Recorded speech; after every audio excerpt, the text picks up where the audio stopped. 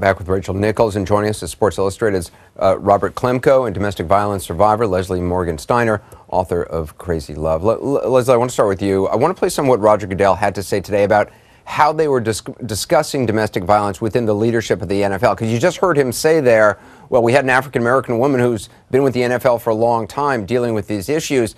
But in this bite, he's about to acknowledge they had no women at all around the table when they were actually discussing this, making a decision what to do about Ray Rice. To defend himself against not having a high-profile African-American woman that they've just hired, he said, well, we do have one African-American woman who's been with us for a long time, but apparently she wasn't around the table because he just said, well, we didn't have the right voices around the table. And on top of that, before I toss it to you, isn't it weird that there's this idea that only a woman should be able to understand domestic violence and be speaking out on behalf of women within the NFL? You would think, though it's important to have diversity, that a guy could do that as well.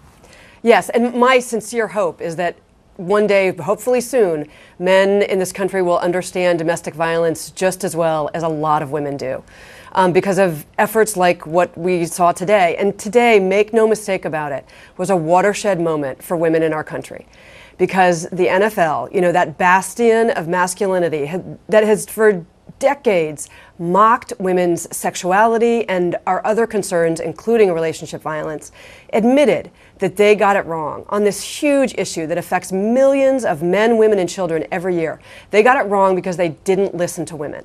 And they're going to listen to women going forward. And it's not out of the goodness of their hearts. They're listening to women because women finally have tools to make our voices heard. We have social media that we're using very effectively, and you've seen it throughout this whole hashtag campaign about why I stayed and why I left. We also have laws on our side, finally, that women and men have worked to establish for decades. And we have a president and vice president who take women's concerns seriously.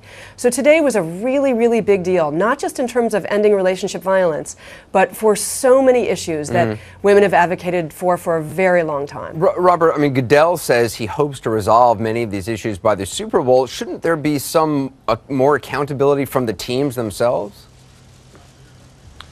Well, it is surprising that he did say the Super Bowl, because one would think this would be priority number one, and it could be something that could be handled by mid-season. The teams have always had a lot of leeway and freedom as to how they're going to punish guys for various offenses, whether it be on the field or off the field. But in many cases, they defer to the NFL, wanting to avoid punishing a guy more than the NFL would, just to keep the guy on the field. I think in the future, you'll see many teams taking the extra step, and especially when it's a domestic violence case, cutting a guy who, you know, maybe a year ago would have gotten the benefit of the doubt, but in this climate, if he's a bottom of the roster guy, he's gone. You know, it's interesting, Rachel, this report that we just talked about at the top of the program, the breaking news tonight, about the Ravens security personnel reaching out to Atlantic City police and getting literally a blow-by-blow of what was on that tape. It goes against what Roger Goodell has been saying all along, which is, well, we attempted through law enforcement to get copies of the tapes. We weren't able to do that. Anyone who's seen a pre-draft report that these teams work up before the NFL draft on all these college prospects knows it is laughable that the NFL says it couldn't get a copy. Why? Because in these pre-draft reports it's got so detailed. There was a player from the Atlanta Falcons who tweeted out after Roger Goodell's initial denial, I don't know, in my pre-draft report they knew about my mother's criminal and dating history, much less his history. That's how detailed these reports get. So the NFL has a network of ex-FBI agents, ex-police officers, people who know people, friends, quick phone call, just like you see in this example from the Ravens. The director of security called a buddy who worked for the Atlantic City Police Department, and that happens over and over again. It's laughable that couldn't happen here. And also the idea that they couldn't contact the casino itself, which has its own security. I mean, I've been to that building. I spoke in that building a long time ago. You think there's cameras in a casino? Come on. Right, and it's also got a very high-tech security force, which no doubt has contacts and would like to have contacts with the NFL. Or we could go much simpler. Ray Rice's lawyer had a copy of the tape. They had Ray Rice's lawyer up in their offices. They had Ray Rice in their offices, the Ravens in their offices, and they could have said, we're not letting you back on the field until you have a copy of the tape. What kind of reactions have you been hearing today from people in the league and elsewhere? Well, I think, look, I think the fact that Roger Goodell stood up there for 45 minutes and took questions is a step forward. We have been calling for his voice and his leadership in this, and at least he did put himself out there.